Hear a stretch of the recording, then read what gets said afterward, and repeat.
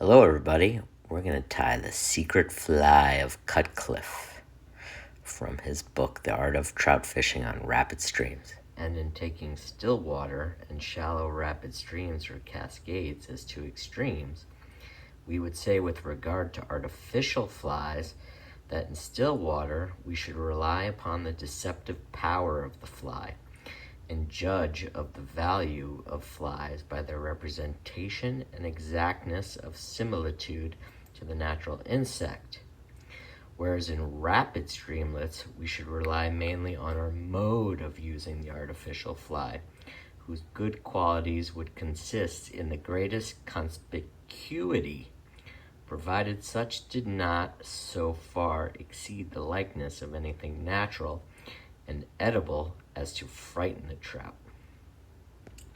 Okay, so talking about conspicuity, this is a special concept that not many anglers write about in this era.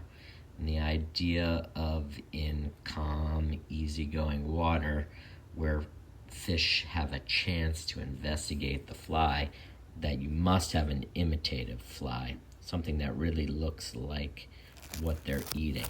But in rapid streams, where fish have to move quickly and make a decision quickly, it's better to have a gaudy fly or a fly with conspicuity that sticks out. It's got to look like an insect, but it has to be bright enough and outrageous enough in some regards to get the fish to notice it quickly and take it fast, because there's only a small window of opportunity in the rapid stream.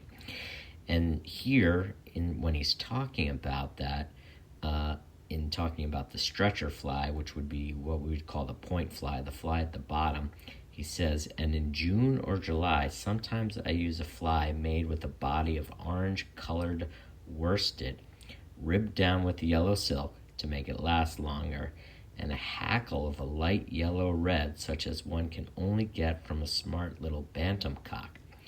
This fly I have found very destructive. So that's the secret fly, and we're going to tie it now. So we're going to use primrose silk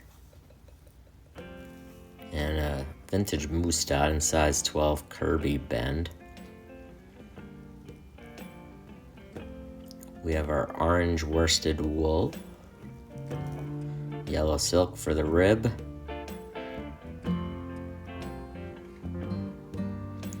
and that yellow reddish bright hackle, light yellow red.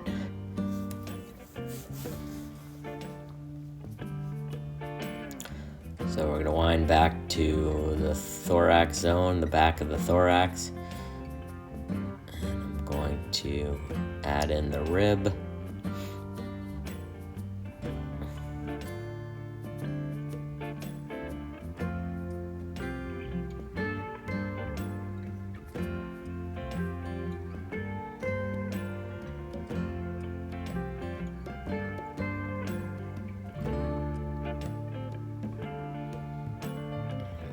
The wool now.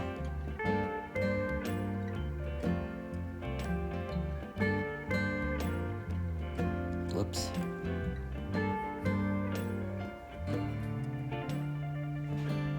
Get that tied in.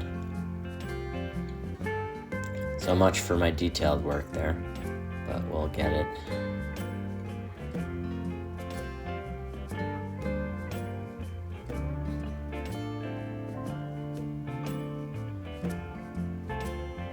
I'm going to wind on that wool to create that body.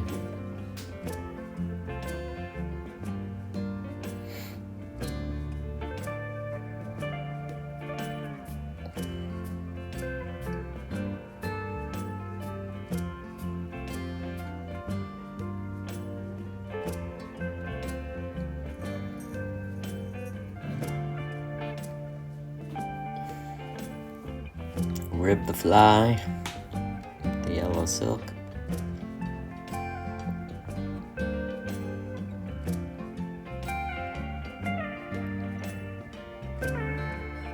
Now I'm going to move back on the body to sort of where the thorax is. I'm going to tie that hackle in by the tip.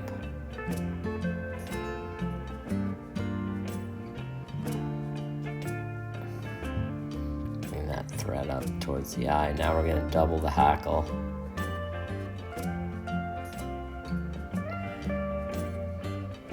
And again, a tight palmer.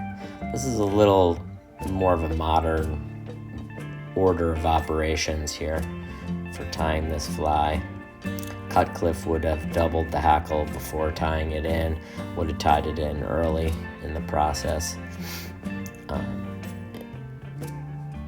But again, he was tying in hand, not in a vise. So do a palmer up towards the head of the fly, tie it off, flip out the excess feather,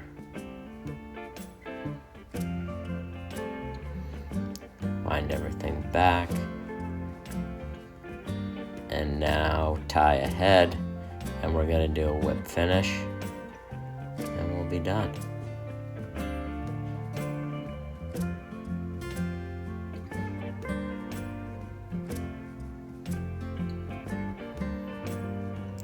Cut off your remaining silk, and this is the fly. Secret Fly of Cutcliffe.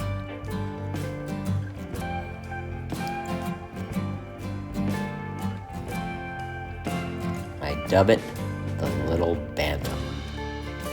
Thank you very much. Take care. Bye.